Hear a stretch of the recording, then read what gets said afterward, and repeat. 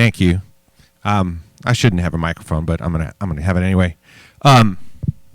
Before I start, actually, I just want to say I'm so excited to be here. I'm really grateful for this opportunity. Geva Theater was one of the very first theaters in America to give me a job in regional theater when I first started out in my career, and I've been so grateful to enjoy a long and wonderful partnership with this theater in doing 19 shows with them over many years, and working with Mark and Skip and Jenny and the fantastic people who work here as part of the backstage crew. I'm really grateful for them and for this opportunity. So I just wanted to say thank you so much for having me. And I also want to say, in particular, thank you to you. Thank you for being here and supporting this theater with programs like this. I have always been impressed with Rochester audiences. It's always been so much fun to come and create things for you to enjoy.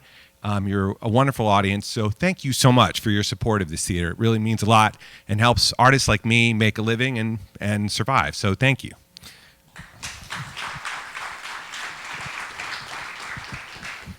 Okay, so let's get to work. So I was here, this was October of last year, and Skip Greer and Jenny Werner came into the show I was working on. I was doing the score for Good People Next Door, and they said, well, we need to meet with you as soon as we can, right away.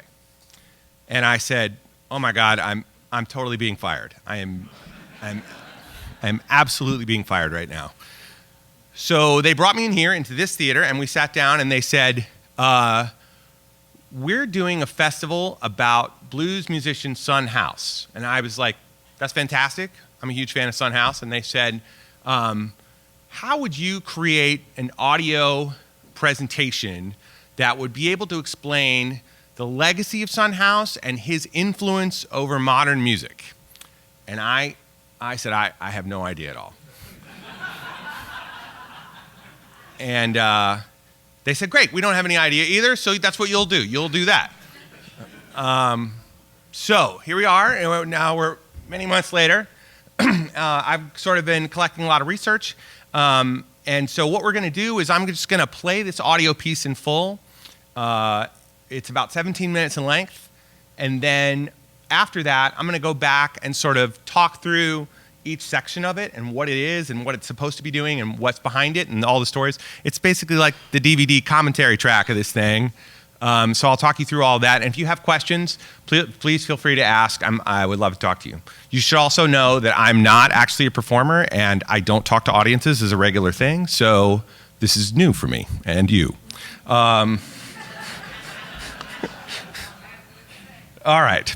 So here we go. This is following Son House. Make sure I did all this right. Yeah, okay. Here we go. Ready?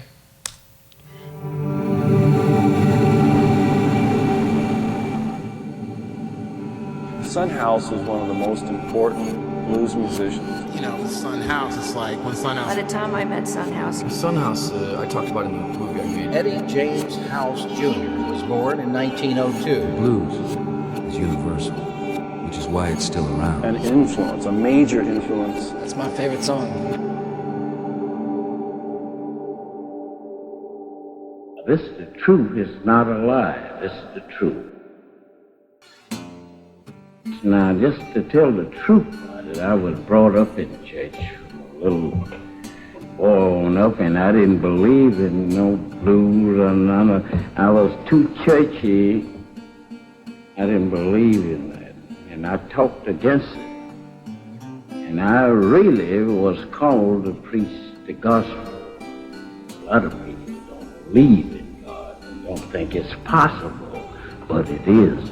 I'm sitting here playing the blues, and I play church songs too. But you can't take God and the devil along together, because them two fellas, they don't communicate together so well. They don't get along so well together, because one believes in one thing and the other believes in another. The devil, he believes in another way, and God believes in a different way. Now you got to separate them two guys. How you gonna do it? You got to follow one or the other. You can't hold God in one hand and the devil in the other. You got to turn one of them loose. which side you think the best. I said, well, I'll make a piece about preaching the blues.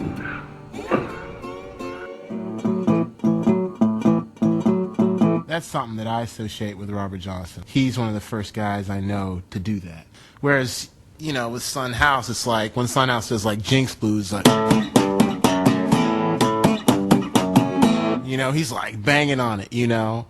I think Son House was, I don't know, to me he sounds more country, more rural, whereas Robert Johnson is like between that and something uptown or more urbane. Well, I'm gonna this morning, Jenks around, round my bed. I said I got up this morning with the Jenks all around my bed. Rory Block. You know, I thought about you now, baby, and like you kill me dead. You know, I woke up this morning just at the break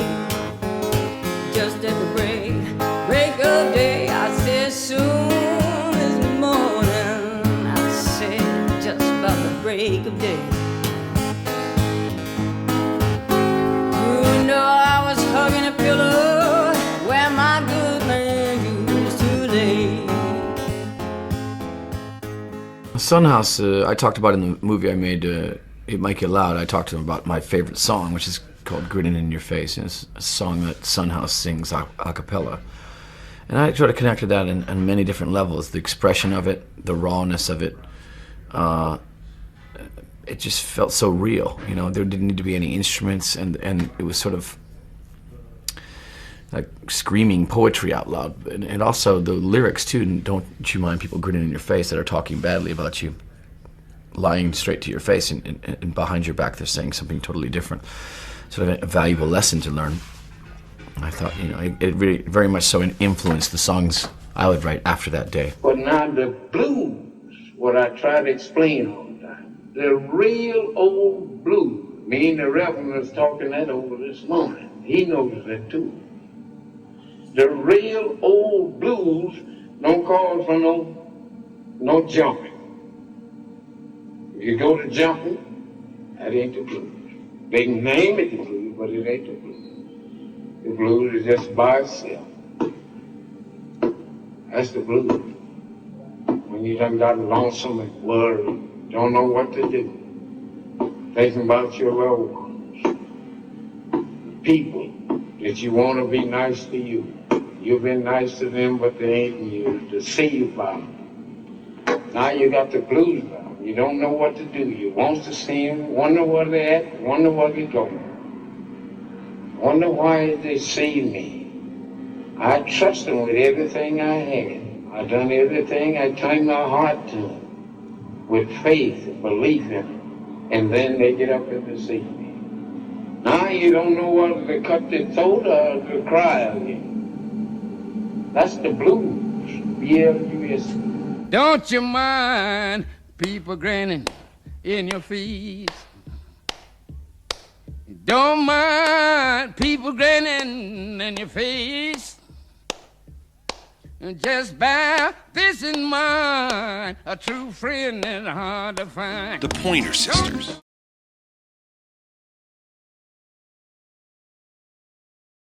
Some of my old favorite boys, at least I love all of them, so far as that. Charlie Patton, Willie Brown, and Robert Johnson, and they died one, just right one after the other, and you know, and we played together. And so that is them three. These going on back to the mother's dust from whence they came, and then that scared me. Lemon Jefferson, he done gone too. And then that scared me, and I said, well, maybe, oh Lord, I'm next. And I got scared and quit playing for 16 years until Mr. Dick Waterman drowned me. and give me nerve enough to try it. By the time I met him, it was 1968, and he'd already been famous again, stopped being a Pullman porter in Rochester, New York, when Dick Waterman and two other guys rediscovered him, and he was a star of the Newport Folk Festival. So he'd already recorded on Columbia and been quite famous and toured internationally by the time I met him, so I was just another kid that loved him.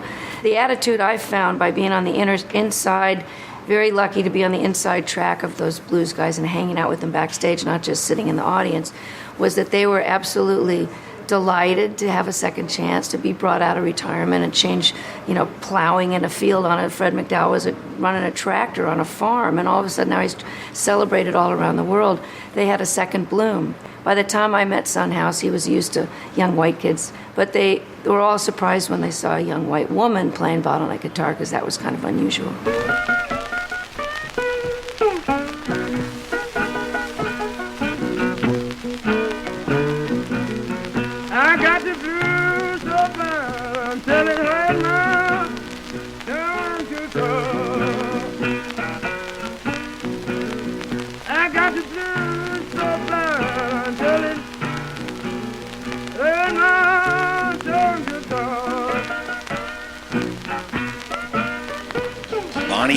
Well, you know by that I must have head down walking through.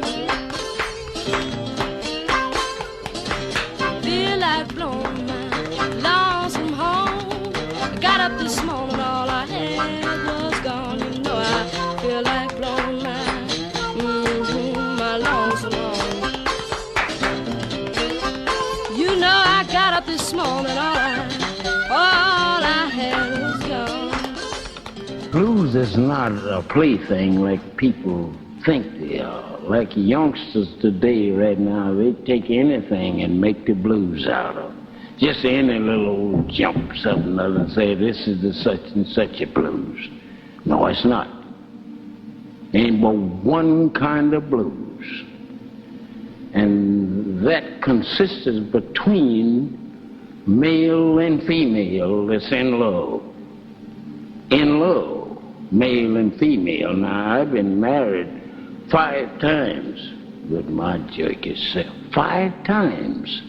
And I had a good experience of what that means. Blues. B-L-U-E-S, blues. I got a letter this morning, I do, dragging it red. Say, hurry, hurry, the gal. Your love is dead. I got a letter this morning. I say, how you reckon it red? The White Stripes. Hurry, hurry, the gal who love is dead. Well, I packed up my suitcase, truck off down the road. When I got there, she was laying on the cooling board. Derek Trucks. Grabbed my suitcase and I took off down the road. Well, when I got there, she was laying on a cooling board. The Rolling Stones.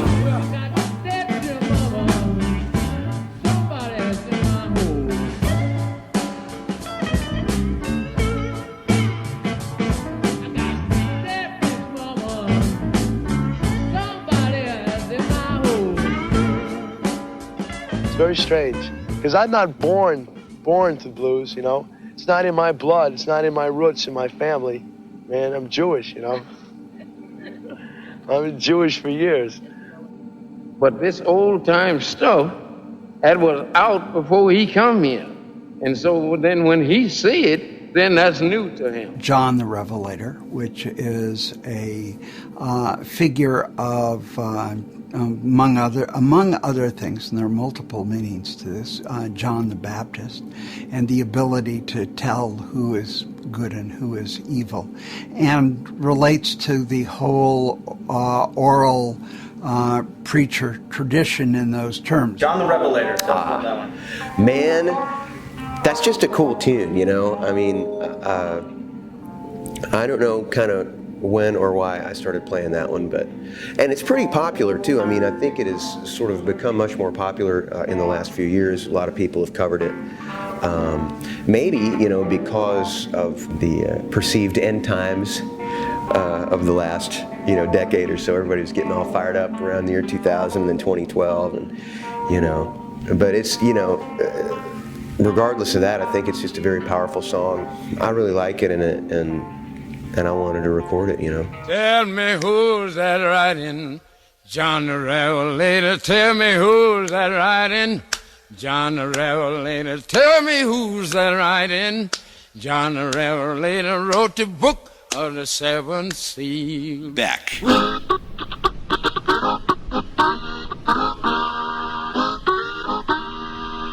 Well, who's the riding? John the Revelator, tell me who's the riding?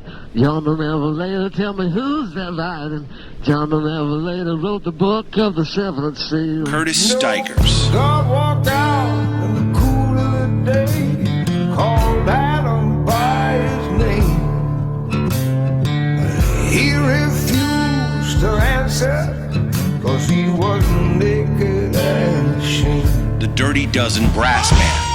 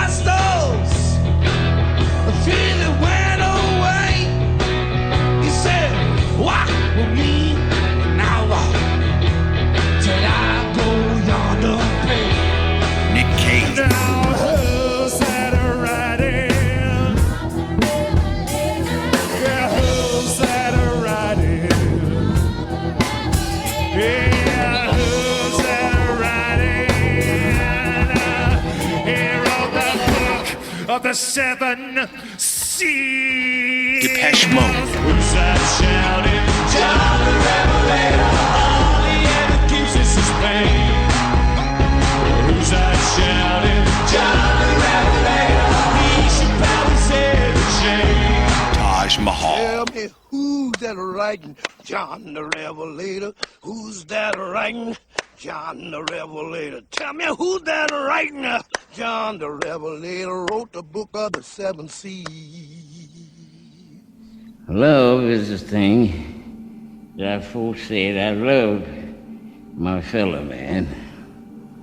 I like to be loving to each and every one, even a cat and dog. You be nice to him, he'll know that you love him. But if you call him, he shake his little tail to come to you. He know you his friend. Friendship. That's like we was coming along Buddy Park a while ago. The birds, they were lighting all around, all over your feet and everything.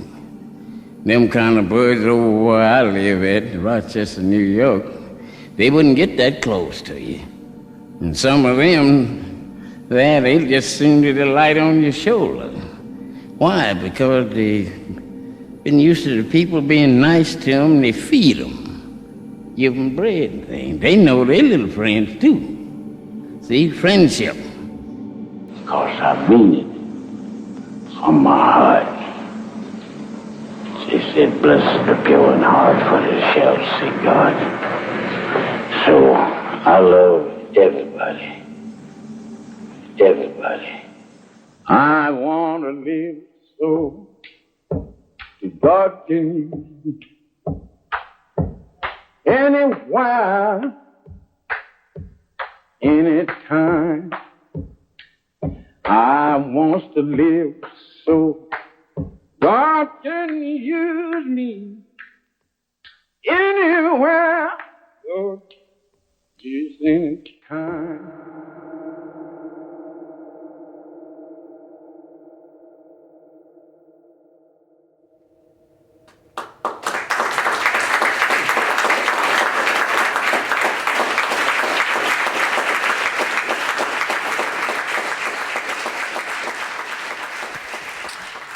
Thank you very much. I really appreciate that. All right, so I'm going to walk you through what this is and my theories behind it. So to start, the goal was to make an audio narrative that would both be able to outline Son's life, detail what his influence is, what he passed on, and then to also indicate who he gave it to, who it influenced and where it's taken from, while using the words of Son House as the narrative. So that's really, really challenging because there is not much recorded of Son House out there in this world. There are his original records, and then when his career was revived in the 60s, he made a few television appearances, mostly in local television stations independently. The movie that you saw before my presentation is another example of someone who managed to catch him on camera. But it's really interesting that, the blues being a form of folk music, it's an oral tradition, it's passed down, and in that way, it's kind of like theater, right? Like, if you see a wonderful play, that's your gift to you. Most plays are not recorded, and then you get to watch them over and over again. You have that single experience, and that's what you carry away with you. And so, in a lot of ways, the blues is like that. It's about having that experience. So as an inspiration to start, I earlier this summer went to the Grammy Museum, which is in Los Angeles. If you ever get a chance, it's a really interesting museum.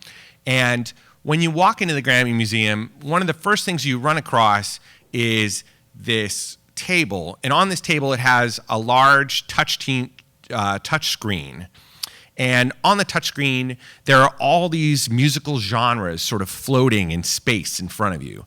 And it's like, it has like all of the ones like blues and folk and rock. But then it also has like black metal and techno house and like all these super obscure genres.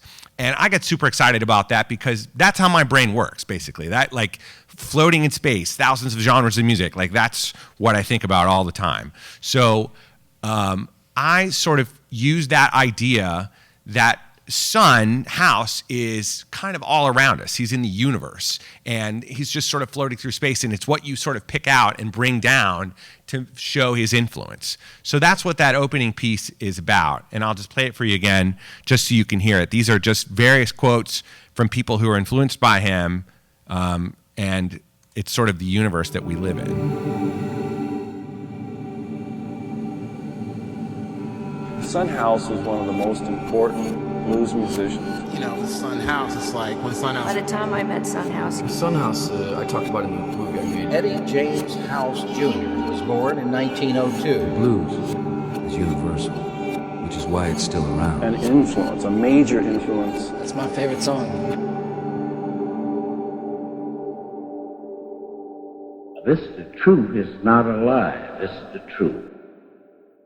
So that's sort of the opening situation. What I love about Son House, in one of the many, many things I love about Son House, whenever he gives an interview, he's always really careful to make sure that you understand he's telling you the truth. And I can't quite figure out why that is. And he says it in, if you look at any interview, at some point or in there, and somewhere or another, he will say, "I'm telling you the truth right now," which I really appreciate. Because otherwise I don't know what I would think. So now we're into the second section, and in this section we sort of get an idea of who Son is, where he started. He was born in 1902. He lived in the Deep South for a long time, and sort of talks about his beginning experiences. Until he was 25, Son House was a deeply religious man who wanted to be a preacher and became a preacher and was really against the blues. He spoke against it frequently in sermons until he was really overcome with it. He describes himself being, as you'll hear in this little narrative that he gives, basically he's got God on one side and the devil on the other, and he had to pick between the two. And he realized he couldn't do both. So, and I think that's something that would haunt him through the rest of his life. And part of why I think he might have disappeared for quite some time is because ultimately the blues is described by some people as the devil's music. So I don't know if he thought he was supporting that by playing it, or I don't know. I don't quite understand the push and pull behind it. I think that that there are other people who can sort of speak to that more, and I think the play this evening might even talk about it more. So keep an eye out for that. But here is... Now, just to tell the truth about it, I was brought up in church from a little boy on up, and I didn't believe in no blues or none of... I was too churchy. I didn't believe in that, and I talked against it.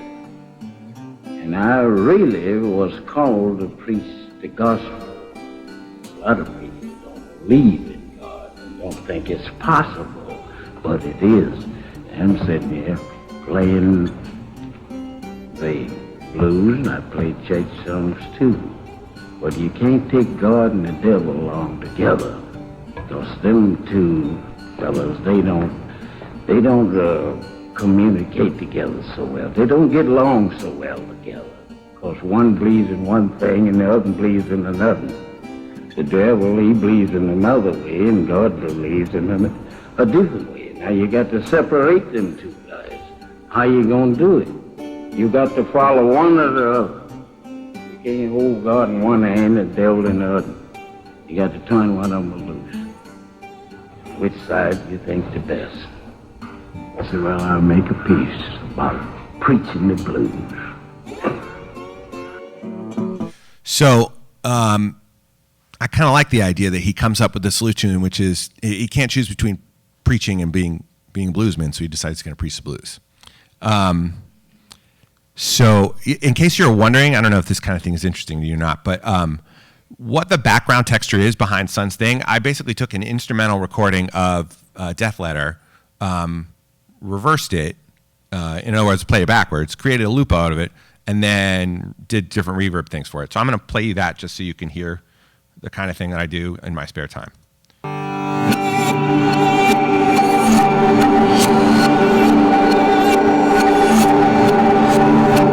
So that's a loop of it, and then this is super texturized out. So this is the atmosphere that's behind a lot of Son's music. Son's interviewing. So it's that kind of sound work. That's the kind of thing I like to do. Right. So now we're at section 2, and we're talking here specifically about Son's guitar style. I'm sure you probably have observed this by now, but Son House does not necessarily play guitar like other people play guitar. I mean, it is, as a musician, watching Son House play the guitar, it's like assault and battery on that guitar.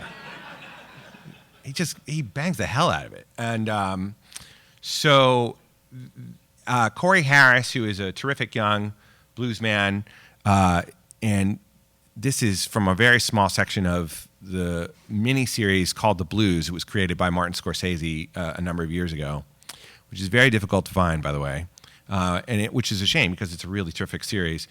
Corey Harris describes the difference between Robert Johnson and Son House's guitar style, which is pretty clear. Son is wailing away on the guitar. Robert Johnson tends to be more specific, and he created those 12-bar figures that are now the foundation of blues music. And thank goodness we're not doing a festival on Robert Johnson, by the way, because there are basically 2 known photographs of Robert Johnson, and that's it. And there's no video of Robert Johnson, period. So thank you, Geva Theatre, for not doing a festival of Robert Johnson. I would be really screwed. Although, obviously, Robert Johnson is worth pursuing, and you should learn everything you can possibly find about Robert Johnson. All right, so here's the definition of Son's guitar style. That's something that I associate with Robert Johnson. He's one of the first guys I know to do that. Whereas, with Son House, it's like when Son House does like Jinx Blues, like, he's like banging on it, I think Son House was, I don't know. To me, he sounds more country, more rural, whereas Robert Johnson is like between that and something uptown or more urbane. When I'm gonna this morning, Jenks around, round my bed. I say I got up this morning with the Jenks all around my bed. Rory Block. You know, I thought about you now, baby, and like to kill me dead.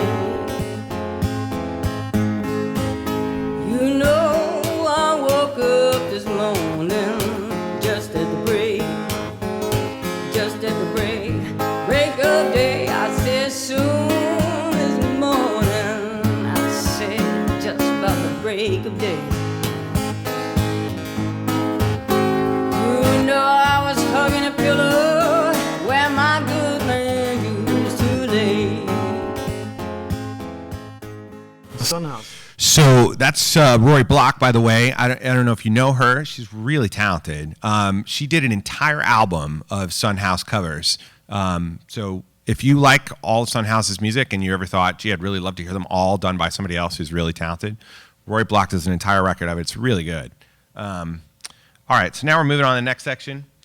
So this section is talking about what Sun's own personal definition of blues is. And he sort of talks about it a lot. It was really important for him to make sure that people understood what blues meant to him, because obviously he wanted it to mean that to you too. He talks a lot about the idea that betrayal is a key theme in Sunhouse's music, obviously. He received a lot of notoriety. There's a movie that came out several years ago called It Might Get Loud. In that movie, you have Jack White, Jimmy Page, and The Edge, three very successful rock and roll guitar players, all talking about what shaped them as guitar players. Jack White in the movie basically plays the song Grinning in Your Face just straight on a record player, just puts it on and plays it, and we sit and listen to it with him. And much like you're doing with me, by the way. And he sort of really says what the song means to him. So I thought that was really important to get that in there. But also, rather than talking about what Grinning in Your Face means to Sun, what I wanted to do was take what the definition of blues is and just one of those things, like what I really admire about his Sunhouse, one of the things I admire about him is he's a performer who's completely unafraid to sing the blues with no instrumental backing whatsoever, which is kind of unusual, actually. And to him, the blues is just stomping your foot and singing some song. And that's pretty brave if you think about it. I don't know if a lot of people, I can't think of a lot of people in modern music who are completely content to just sing and tap their foot and call that music. It takes a certain amount of discipline and bravery, and so I think it's really interesting that Sun does it. So here's the story behind Grinning in Your Face and Sun's music definition. Sunhouse, I talked about in the movie I made, It Might Get Loud. I talked to him about my favorite song, which is called Grinning in Your Face. And it's a song that Sunhouse sings a cappella. And I sort of connected that on many different levels. The expression of it, the rawness of it.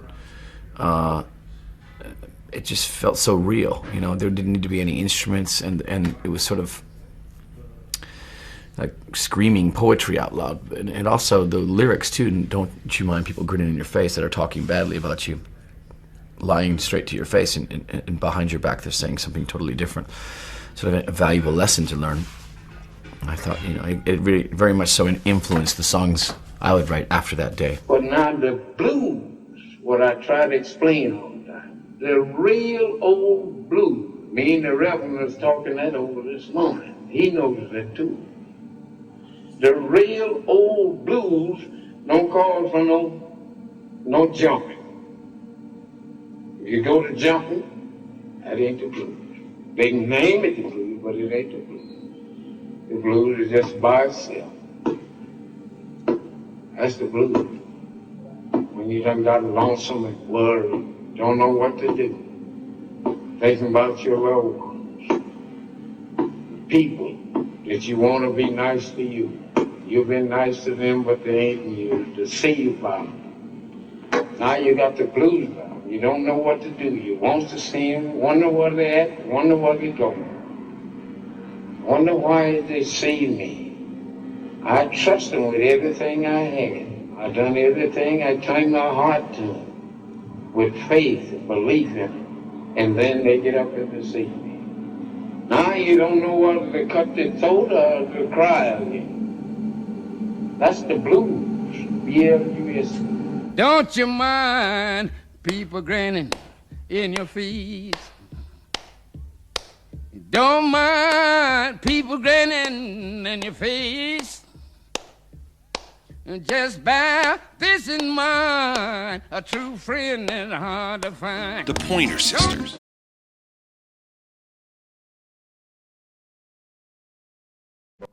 So, and I think it's really interesting that the Pointer Sisters song is nothing like the original at all. Like, it is completely the opposite, and yet it still works in a really interesting way. Of course, we would not be talking about Son House, or we would be having a much shorter conversation about Son House, if Son House and blues music in general was not rediscovered in the 60s.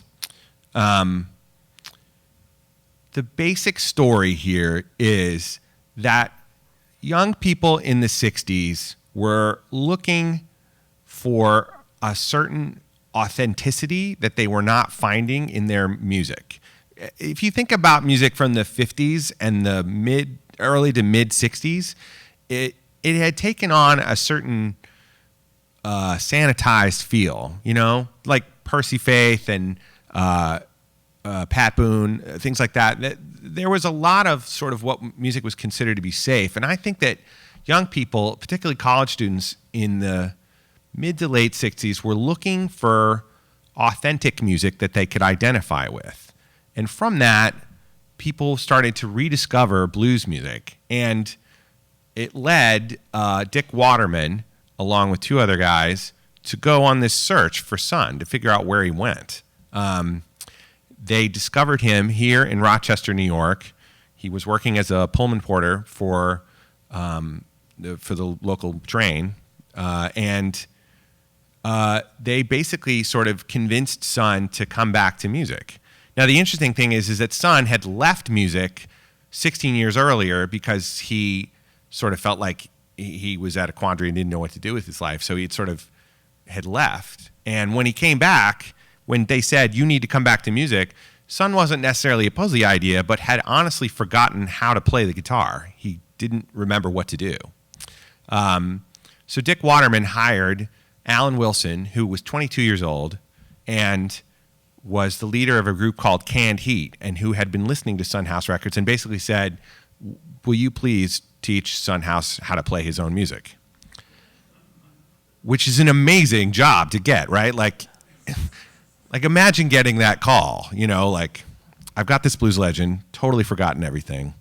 Can you just help him remember?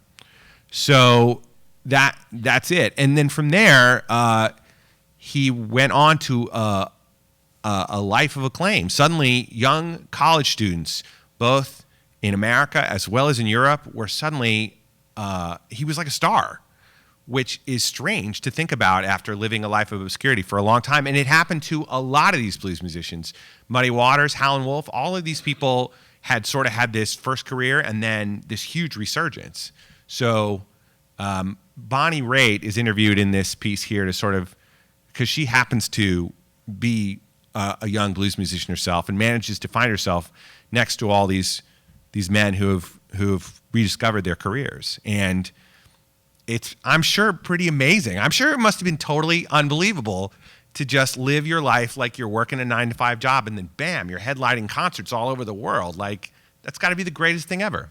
So this is the interview with first I think this is Son talking a little bit more about his influence and then going into Bonnie Raitt. Some of my old favorite boys, at least I love all of them, so far as that. Charlie Patton, Willie Brown, and Robert Johnson. And they died one just right one after the other, and we played together. And so that is them three. These going on back to the mother's dust from whence they came. And then that scared me. Lemon Jefferson, he done gone too.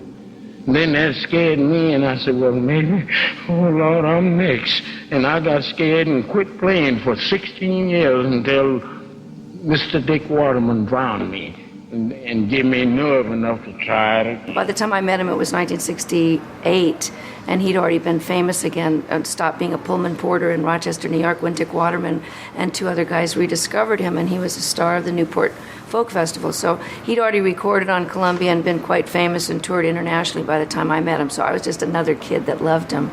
The attitude I found by being on the inside, very lucky to be on the inside track of those blues guys and hanging out with them backstage, not just sitting in the audience, was that they were absolutely delighted to have a second chance to be brought out of retirement and change, plowing in a field on it. Fred McDowell was running a tractor on a farm, and all of a sudden now he's celebrated all around the world. They had a second bloom. By the time I met Son House, he was used to young white kids, but they were all surprised when they saw a young white woman playing bottleneck guitar, because that was kind of unusual. I'm going to skip a couple of these songs just so I can make sure I finish in time for happy hour. Let me see if I can. Okay, so this next section, we're starting to get a little bit more into Son's influence reaching out to other people. And it's also really about, I was talking before about Son's musical definition of the blues, that it's just that lonely thing. And the other thing that he really wanted to spread about it is what the blues should be about. Now, for him, he felt very strongly the blues is only about men and women doing each other wrong. That was basically it. Anything else, that's not the blues. There are a lot of people who would disagree with that, but on the other hand, he's Son House, so he wins. Sorry. This has three different covers that start to come out of this. The White Stripes, Jack White, who I previously mentioned. Derek Trucks, who is an amazing guitar player. He is, I believe he's the nephew of Duane Allman, if I'm not mistaken. Butch Trucks. Thank you very much. And then the Rolling Stones. Now, I played this for some friends of mine, and they were like, the Rolling Stones covered Son House? Well, okay, not actually. What happened was, so the Rolling Stones were recording Let It Bleed in London in 1969, and they had hired Ry Cooder to come in and do some additional blues soloing over the top. Now, Ry Cooder, I don't know if you know this, is an amazing blues guitar player. Much better than Keith Richards, who's in the Rolling Stones. So, and I'm sorry for any Keith Richards fans out there, but I'm saying that objectively. I'm sure if Keith Richards were here, well, he probably wouldn't. But anyway, so anyway, they're recording songs for Let It Bleed, and the producer gets really excited about Ry Cooder, because Ry Cooder's just nailing it, and says, wow, we should have Ry Cooder record all the guitar parts for this album.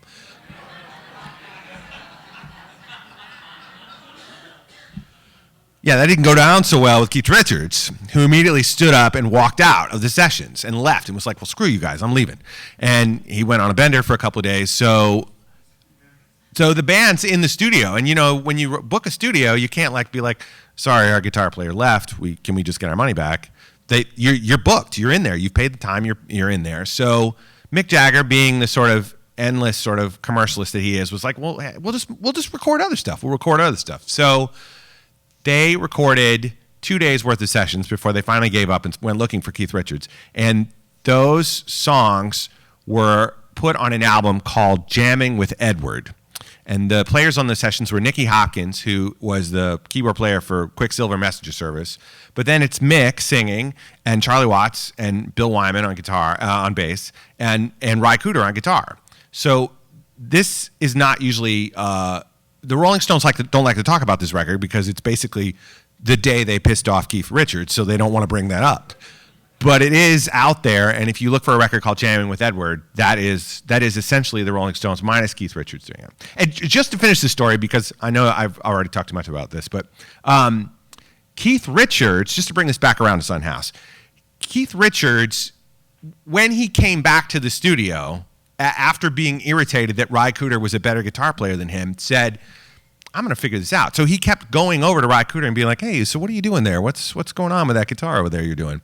And he basically, Ry said, well, you know what I'm doing is I've got this open G tuning. I've got this specific tuning that I use, and that's my guitar style. Now, the open G tuning had been obviously created by Delta bluesmen, probably Son House, maybe not the creator, but one of the first people to use this tuning. And so he did this. So Keith Richards, in an effort to sort of like get Ry Cooder out of his job, started tuning his guitar to the open G. However, the problem was he kept having all of these problems where he kept hitting the bottom string and screwing up the song. So he took off the lowest string of the guitar. So if you see Keith Richards today, what we classify as the Keith Richards guitar sound, it's in open G tuning, but he only has 5 strings on the guitar because he hated the 6th string. He kept messing him up, so he got rid of it. So if you think about, like, look at Let It Bleed forward. If you go back through the Rolling Stones catalog, you will hear, like, gee, where did the Keith Richards guitar sound come from? It came from those sessions, basically trying to outdo Ry Cooder at being Ry Cooder. So that's the story behind Keith Richards. And if you get a chance to read Keith Richards' autobiography, you can. It's a very interesting autobiography, and you can also read a lot of the lines between it to see what he's not really telling you. This is all my opinion, by the way. This is not bad stuff, but it's just facts. All right, so here I'm going to play you a little bit of this. Blues is not a plaything like people think they are. Like youngsters today, right now, they take anything and make the blues out of. Just any little jump, something other, and say this is the such and such a blues. No, it's not. Ain't but one kind of blues. And that consists between male and female that's in love. In love, male and female. Now, I've been married 5 times with my jerky self. 5 times. And I had a good experience of what that means. Blues. B-L-U-E-S, blues. I got a letter this morning, I do, dragging it red. Say, hurry, hurry, the gal, your love is dead. I got a letter this morning, I say, how you dragging it red? The White Stripes. Hurry, hurry, the gal who love is dead. Well, I packed up my suitcase, took off down the road. When I got there, she was laying on the cooling board. Derek Trucks. Grabbed my suitcase and I took off down the road. Well, when I got there, she was laying on a cooling board. The Rolling Stones.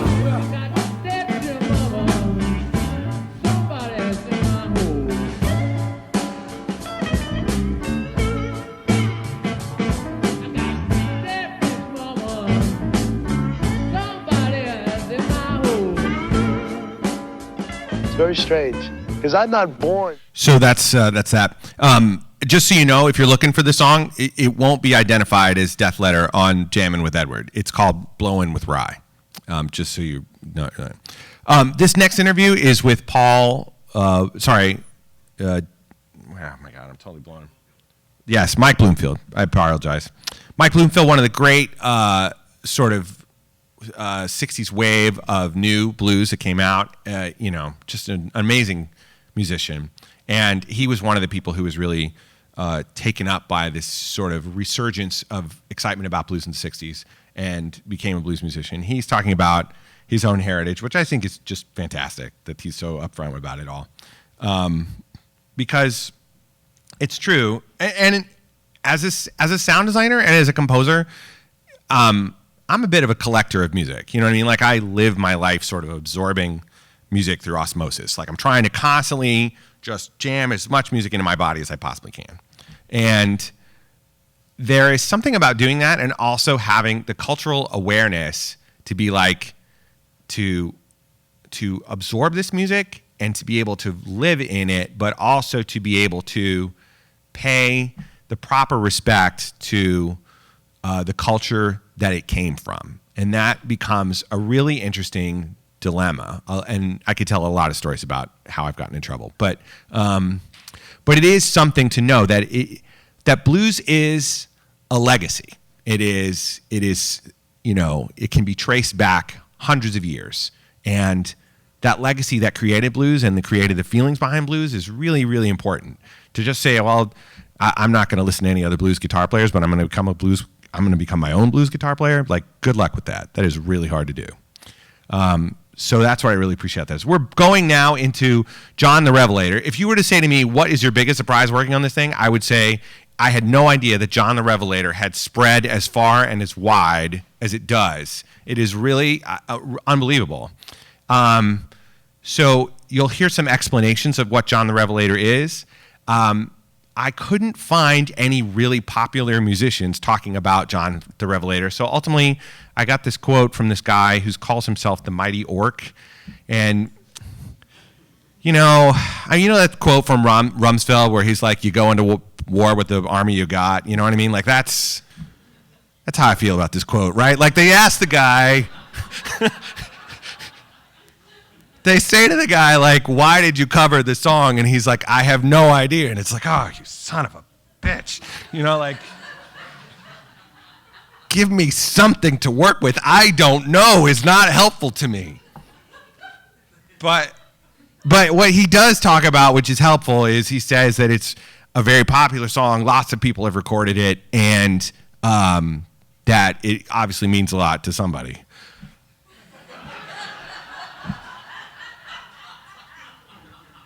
If one of you would please do an interview about how important John the Revelator is and explain the entire history of it, I would be eternally grateful, as would every sound designer who will do this project after me.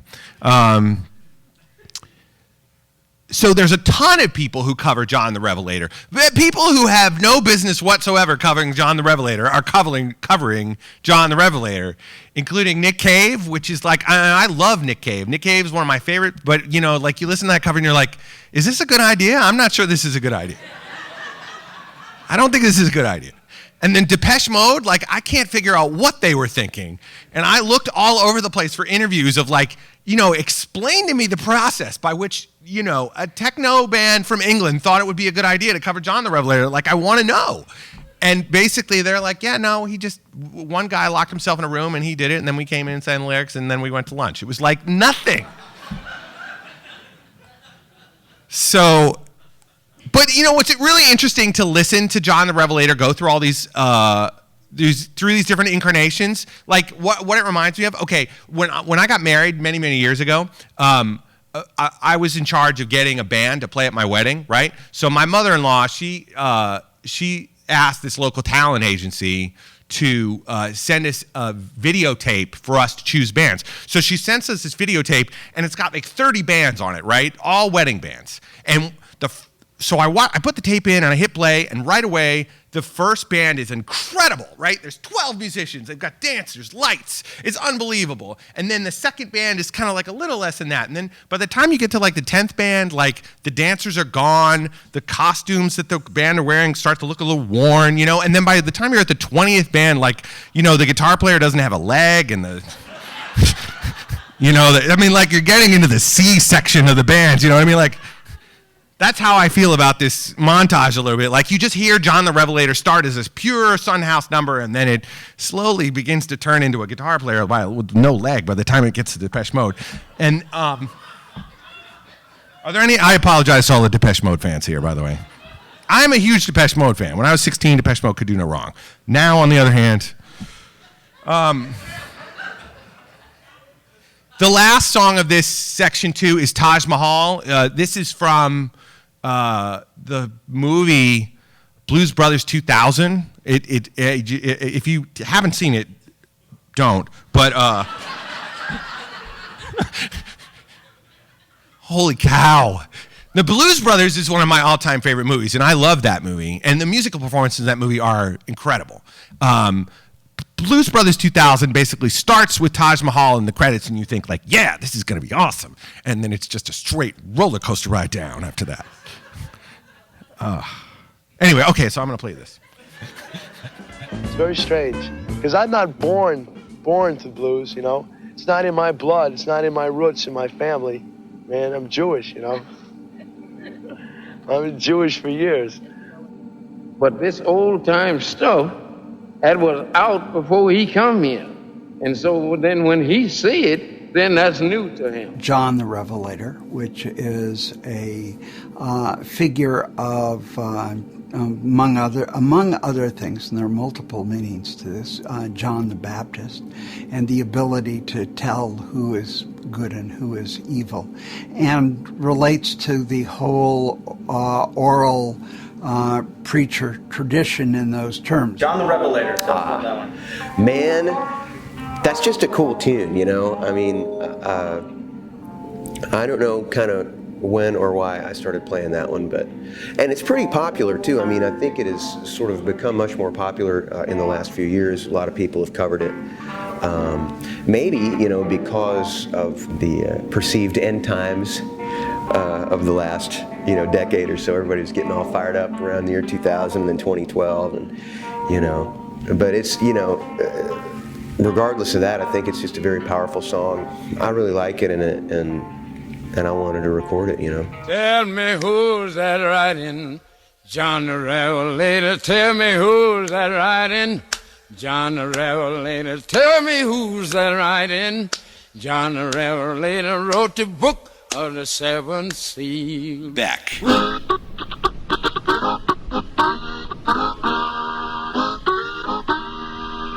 Well, who's the riding? John the Revelator, tell me who's the riding? John the Revelator, tell me who's the riding? John the Revelator wrote the book of the seventh seal. Curtis Stigers. God walked out in the cool of the day, called Adam by his name. He refused to answer, 'cause he was naked and ashamed. The Dirty Dozen Brass Band.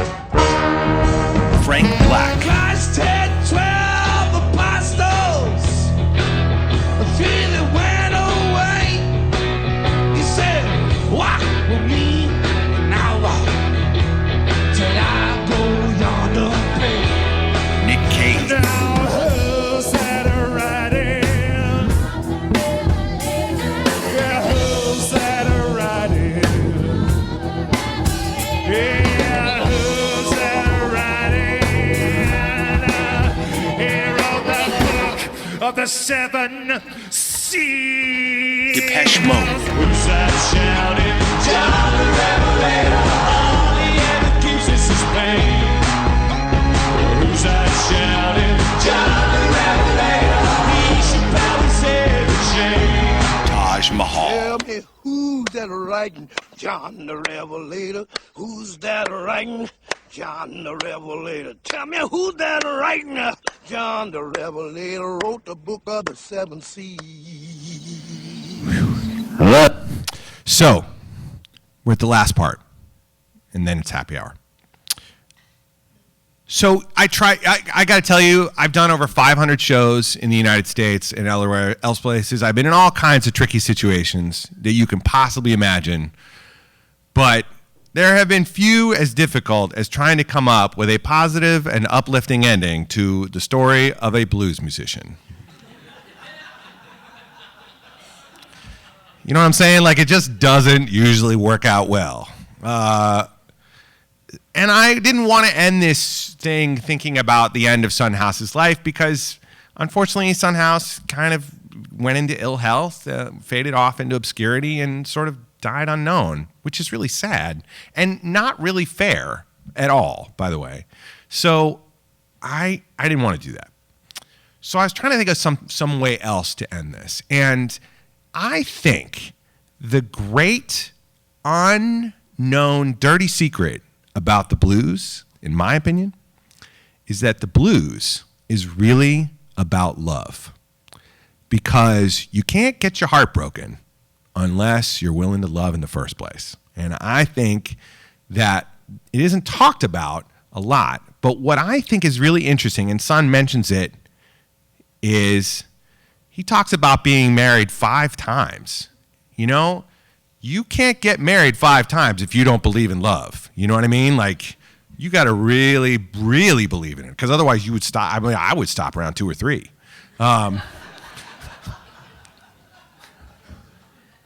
That's just me. But I mean, you know what I'm saying? So I think that it's important to remember that while a lot of people are attracted to Son's music because of its darker elements of betrayal and death and things like that, that it is also important to remember that he believed very firmly in God, in a loving God, and he believed, I think, in love. I think he really ultimately believed in love, which is what gave him the strength to continue to move on with it. So I found this recording of him singing this old gospel song called "I Want to Live So God Can Use Me." And the chorus is, "I want to live so God can use me anywhere, anytime." And I feel like that's the legacy of Son House, ultimately, is that he did this so that people could take it and appreciate it and make it their own, which is what they've done. So I feel like the legacy of Son House ultimately is love. And I will be happy to argue this with any of you afterwards. So I'm just going to play this last bit. I like to be loving to each and every one, even a cat and dog. You be nice to him, he'll know that you love him. But if you call him, he shake his little tail and come to you. He know you his friend. Friendship. That's like we was coming along Buddy Park a while ago. The birds, they were lighting all around, all over your feet and everything. Them kind of birds over where I live at, Rochester, New York, they wouldn't get that close to you. And some of them, they'll just soon get a light on your shoulder. Why? Because they've been used to the people being nice to them, they feed them, give them bread and things. They know their little friends too. See, friendship. Because I mean it from my heart. She said, blessed the pure in heart, for they shall see God. So I love everybody. Everybody. I want to live so that God can use me anywhere, anytime. I want to live so God can use me anywhere, Lord, just anytime.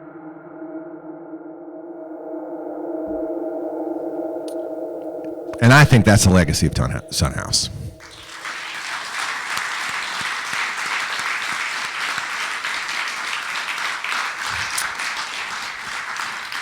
Thank you very much. I know I'm slightly over, but if anybody wants to ask any questions, feel free. Anybody want to ask anything? Yes, sir. I just wanted to point out, you talk about the devil and the saints and sinners conflict. There have been other artists that have gone through the same thing. And I don't know if you ever heard the amazing bootleg of Jerry Lee Lewis arguing with Sam Phillips when he's recording Great Balls. Yeah. And he says he's going to go to hell for recording this song, but he records it anyway. Right. It's an amazing... It's true, and many artists, their lives have been shaped by that. Preached for a while. Yeah. Jerry Lee had that problem. Little Richard had the same thing. I mean, James Brown. I mean, lots of people have had that struggle. It's really interesting. It's a great point. Let's let folks go, Lindsay, and then have them come down and talk to you. Yeah, come on down and talk to me. Thank you all so much for coming. I appreciate it. Thank you.